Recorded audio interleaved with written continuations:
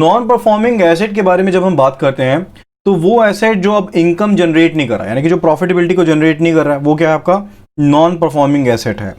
Okay, and NPA guidelines and जो IRAC की guidelines हैं, आईआरएसी पॉलिसी है, इनका बहुत इंपैक्ट पड़ता है बैंक की पॉलिसीज के ऊपर। ठीक है, तो इसलिए इनको समझना बहुत जरूरी है अगर हम बैंक की परफॉर्मेंस को अकाउंटिंग की टर्म्स में समझना चाहते हैं। तो टर्म लोन के केस में जहां पर इंटरेस्ट या फिर इंस्टॉलमेंट, यानी कि प्रिंसिपल या फिर इंटरेस्ट, दोनों ड्यू रहते हैं बियॉन्ड 90 डेज, 90 डेज से ज्यादा, तो जिस केस में टर्म लोन के केस में इंटरेस्ट या प्रिंसिपल ड्यू रहते हैं beyond 90 days, that term loan is classified as non performing asset. And अगर हम बात करें ओवरड्राफ्ट के बारे में या फिर कैश क्रेडिट के बारे में, तो इसके केस में अगर ये ओवरड्राफ्ट या सीसी आउट ऑफ ऑर्डर रहती है, if it remains out of order, तो उसके केस में इन्हें एनपीए क्लासिफाई किया जाता है। अब आउट ऑफ ऑर्डर अकाउंट वो अकाउंट है जिसमें जो आउटस्टैंडिंग बैलेंस है वो कंटिन्यूसली 90 डेज से ज्यादा टाइम के लिए ड्राइंग पावर से या फिर सैंक्शन लिमिट से ज्यादा रहता है।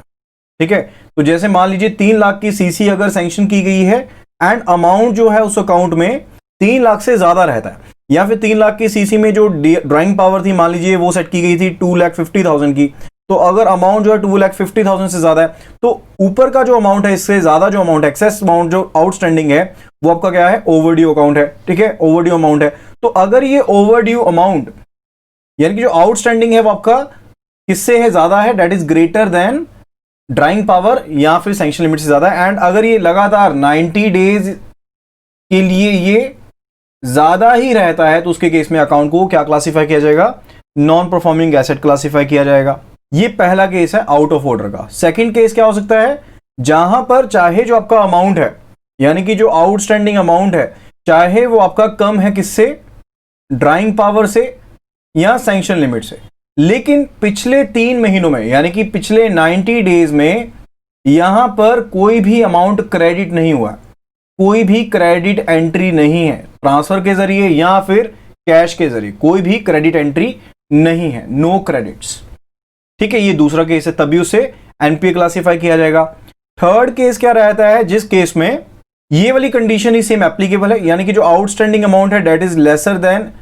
ड्राइंग पावर और sanction limit, that is lesser than और इक्वल टू ड्राइंग पावर और सैंक्शन लिमिट, लेकिन इस केस में क्रेडिट तो किए गए हैं, इस डेट में, इस कंडीशन में अमाउंट क्रेडिट तो हुआ है, but the credited amount is not sufficient. जो अमाउंट क्रेडिट किया गया है that amount is not sufficient to cover the interest charge, यानी कि जो इंटरेस्ट चार्ज किया गया है इस अकाउंट में उसको कवर नहीं कर पा रहा है। ठीक है, यानी कि इस टाइम पीरियड के लिए, जिस टाइम पीरियड के लिए हम चेक कर रहे हैं, उस टाइम के लिए जो पैसा क्रेडिट किया गया है वो इंटरेस्ट को कवर नहीं कर पा रहा। लाइकवाइज 3 महीनों में इंटरेस्ट लगा 6,000, ठीक है, लेकिन जो अमाउंट डिपॉजिट करवाया गया डेट वाज 5,000। ठीक है, तो इंटरेस्ट तो इतना चार्ज हुआ लेकिन अमाउंट क्रेडिट तो हो गया, लेकिन वो इंटरेस्ट से कम क्रेडिट हुआ है, तो उसके केस में भी ये आउट ऑफ ऑर्डर रहेगा। फर्दर सीसी के केस में अगर स्टॉक स्टेटमेंट्स ये डिपॉजिट नहीं करवाई जाती हैं रेगुलर वे में, जहां पर भी स्टिपुलेटेड है, तो उसके केस में भी अकाउंट जो रहेगा वो एनपीए कंसीडर किया जाएगा। उसके बाद बात आती है रिगार्डिंग द क्रॉप लोन। जब हम क्रॉप लोन के बारे में बात करते हैं तो क्रॉप लोन में 2 तरह की चीजों को आपने चेक करना है। एक तो रहता है short duration crop loan, short duration crop loan. तो शॉर्ट ड्यूरेशन क्रॉप लोन में जो ड्यूरेशन ऑफ क्रॉप होती है that is lesser then 1 year, वो 1 साल से कम है। एंड दूसरा रहता है लॉन्ग ड्यूरेशन क्रॉप, जिसमें जो ड्यूरेशन ऑफ क्रॉप है that is greater than 1 year. ठीक है, तो शॉर्ट ड्यूरेशन क्रॉप में जो ड्यूरेशन है क्रॉप की वो 1 साल से कम रहती है, लेकिन लॉन्ग ड्यूरेशन क्रॉप के केस में जो ड्यूरेशन ऑफ क्रॉप है that is greater than 1 year. तो शॉर्ट ड्यूरेशन क्रॉप में जहां पर इंस्टॉलमेंट ऑफ प्रिंसिपल या इंटरेस्ट अगर ओवर ड्यू है, शॉर्ट ड्यूरेशन क्रॉप के केस में बात करें जहां पर इंस्टॉलमेंट जो है प्रिंसिपल या फिर इंटरेस्ट की वो ओवर ड्यू है 2 क्रॉप सीजन्स के लिए, 2 क्रॉप सीजन्स के लिए ये ओवर ड्यू है, उसके केस में उस क्रॉप लोन को नॉन परफॉर्मिंग एसेट माना जाएगा शॉर्ट ड्यूरेशन क्रॉप के केस में। एंड लॉन्ग ड्यूरेशन क्रॉप के केस में जो इंस्टॉलमेंट है प्रिंसिपल या फिर इंटरेस्ट की date is overdue for 1 crop season. तो लॉन्ग ड्यूरेशन क्रॉप के केस में अगर एक क्रॉप सीजन से ज्यादा समय के लिए अगर ड्यू है आपकी इंस्टॉलमेंट प्रिंसिपल की या फिर इंटरेस्ट की, तो उसके केस में उसे नॉन परफॉर्मिंग एसेट कंसीडर किया जाएगा। Next it is regarding the securitisation transactions. तो इसके केस में अगर amount of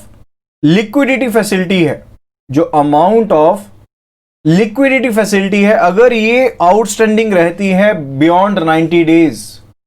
if it is outstanding beyond 90 days, 90 days से ज्यादा समय के लिए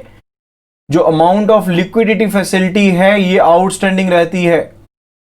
तो उसके केस में सिक्योरिटाइजेशन ट्रांजैक्शंस जो होंगी उन्हें नॉन परफॉर्मिंग एसेट कंसीडर किया जाएगा। Next it is in the case of the derivative transactions. तो जहां पर जो रिसीवेबल्स हैं, रिसीवेबल्स क्या रहते हैं, जो आपको पैसा मिलना है, तो रिसीवेबल्स जो रहते हैं जो कि एक पॉजिटिव वैल्यू रहती है mark to market value of derivative contract, यानी कि जो भी आपका डेरिवेटिव कॉन्ट्रैक्ट रहा है, ठीक है, तो उसमें मार्क टू मार्केट बेसिस पर जो पॉजिटिव वैल्यू है जो आपको मिलने वाली थी, यानी कि जो रिसीवेबल्स हैं जो रिप्रेजेंट कर रहे हैं किसको,